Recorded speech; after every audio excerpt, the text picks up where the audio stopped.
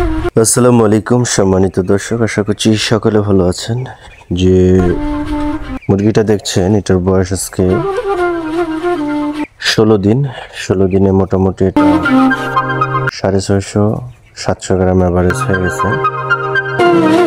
তো বর্তমানে যে তীব্র গরম, এই গরমের মধ্যে আলহামদুলিল্লাহ অনেকটাই সুস্থ রয়েছে। কোনো ধরনের জটিল কোনো রোগ এখানে দেখা যায় না।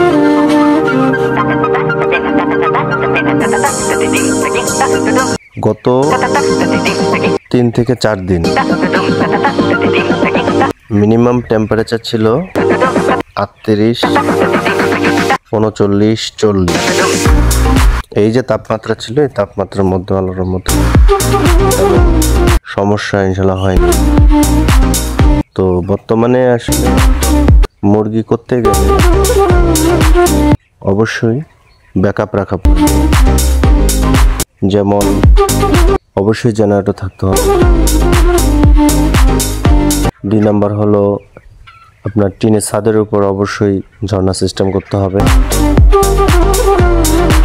আর অবশ্যই সিলিং দিতে হবে। এই 3টা জিনিস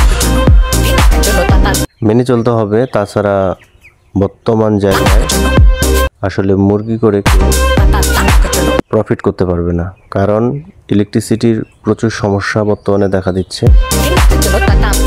তীব্র গরমে যদি 3 থেকে 4 ঘন্টা যদি বিদ্যুৎ না থাকে এবং সেই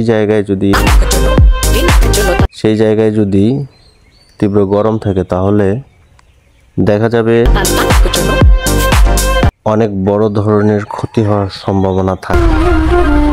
কারণ এই ধরনের পরিস্থিতি সামাল দিতে অনেকেই পারে না। যারা নতুন খামারে রয়েছেন তারা আরও বেশি করে এই ধরনের পরিস্থিতি সামাল দিতে পারে না এবং তারা অনেকটাই হতাশাগ্রস্ত হয়ে পড়ে। যার ফলে এই কয়েকটা জিনিস অবশ্যই মেনে চলতে হবে। সম্মানিত দর্শক মণ্ডলী, এখানে এই মুরগিটাতে 15 থেকে 20 দিনের মধ্যে যে ওষুধগুলো ব্যবহার করা হয়, সেই ওষুধগুলো যেটা ব্যবহার করা হয়েছে সেগুলো বলা হলো এখানে লিভার টনিক, অ্যান্ড্রোসিন,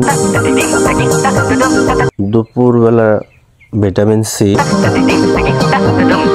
এই 3টা ওষুধ ব্যতীত অন্য কোনো ওষুধ এখানে প্রয়োগ করা হয়। 10 দিনের দিন এটাকে ভ্যাকসিন করা হয়েছে। ভ্যাকসিন করার পর যেহেতু তীব্র গরম, তাই 11টার দিকে এটাকে ভিটামিন সি দেওয়া হতো এবং 2টার দিকে শুধু পানি দেওয়া হতো, একদম ঠান্ডা পানি সেটা দেওয়া হতো। রাতের বেলায় কোনো দিন লিভার টনিক দেওয়া হতো, কখনো দেওয়া হতো। মানে এক কথায় এটা শুধু পানির উপর দিয়েই মোটামুটি চলছে। আর অ্যান্ড্রোসিনটা যেহেতু ব্যবহার করা হয়েছে, এখানে ব্যবহার করার মূল উদ্দেশ্য হলো একটু গরম, প্রচণ্ড গরমে দেখা যায় যে এটা কিছু সর্দি শুরু হতে যাচ্ছিল, যার জন্য এটাকে অ্যান্ড্রোসিন কন্টিনিউ করা হয়েছে। ধন্যবাদ সকলকে।